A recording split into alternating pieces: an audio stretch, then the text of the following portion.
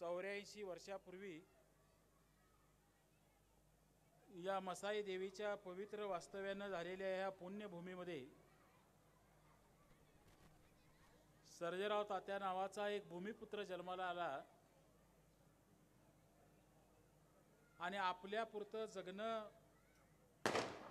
यासाठी मी महानव देव मिळवलेला नाही। ज्या गावात माझा जन्म झाला, ज्या गावकऱ्यांच्या बरोबर मी लहानाचा मोठा झालो, त्या पुण्यभूमीसाठी, त्या गावातल्या माझ्या सहकाऱ्यांच्यासाठी माझ्या हातून काही झालं पाहिजे। या भूमिकेतून मला आयुष्य जगता येईल का, या दिशेनं ज्यानं जगण्याचा प्रवास केला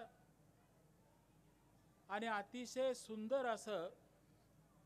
समाज जीवनातलं एक प्रचंड मोठं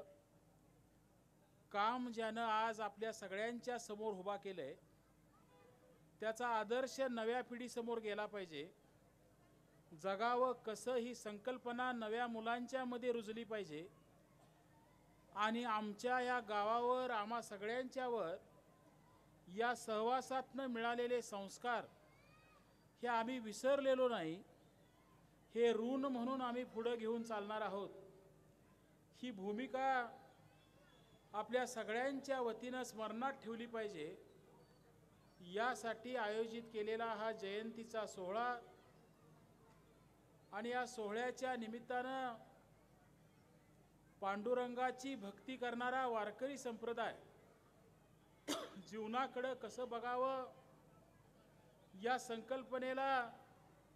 आत्मविश्वास करणार, विश्वासानं उभा करणारा एक विचार आणि ह्या विचाराचा एक सत्संग आपल्या सगळ्यांच्या समवेत संपन्न करणारा एक भक्तीचा सोहळा सुद्धा या जयंतीच्या आठवणीच्या निमित्तानं संपन्न करावा। यासाठी खरं तर आदरणीय शिवलीलाताई पाटील यांचं जे नाव आपण ऐकतो, साक्षात सरस्वती ज्यांच्या जिभेवर वास करते, ज्यांच्या हृदयातली पांडुरंगाची श्रद्धा ही मनामनाला भिडण्याचं काम करते, आयुष्याचे संदर्भ बदलण्याची ताकद आपल्या सगळ्यांना देते,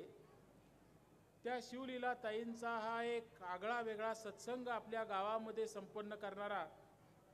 हा भक्तीचा सोहळा आज या ठिकाणी संपन्न होतोय। आणि हा सोहळ्यासाठी खरं तर आज आपण सगळे जर एवढ्या मोठ्या संख्येनं या ठिकाणी उपस्थित आहात, माझ्याबरोबर या कार्यक्रमाला सदिच्छा देण्यासाठी उपस्थित राहिलेले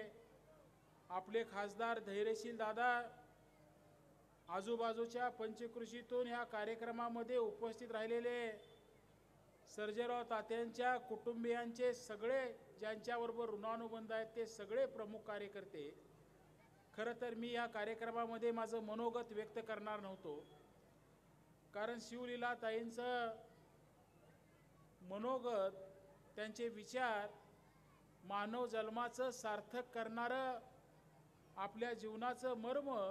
आपल्या सगळ्यांना या ठिकाणी समजून घ्यायचं आहे। आणि म्हणून आपल्यात आणि त्यांच्यात जास्त वेळ न थांबता मी फक्त या सत्संगाच्या रूपानं एवढंच म्हणेन की तात्यांच्यासारखा कार्यकर्ता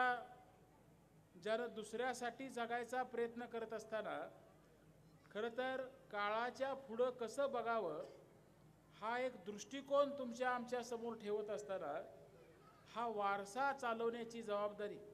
ह्या पोर्लेच्या पुण्यभूमीतल्या आपल्या सगळ्या सहकार्यांना उद्याच्या काळात साकारता यावी, ती शक्ती ह्या जयंतीच्या माध्यमातून आणि आदरणीय शिवलीलाताईंच्या माध्यमातून आपल्याला मिळणाऱ्या भक्तीच्या शक्तीतून त्या ठिकाणी प्राप्त व्हावी, एवढीच सदिच्छा आणि शुभेच्छा या कार्यक्रमाच्या निमित्तानं मी व्यक्त करतो। थंडीचे दिवस आहेत,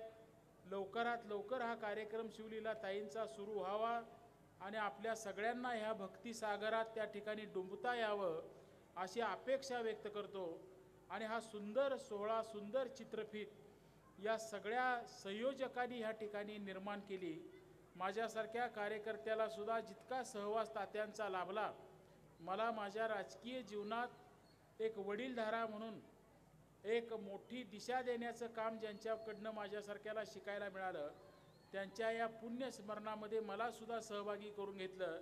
त्याबद्दल सगळ्या संयोजकांचे ऋण व्यक्त करतो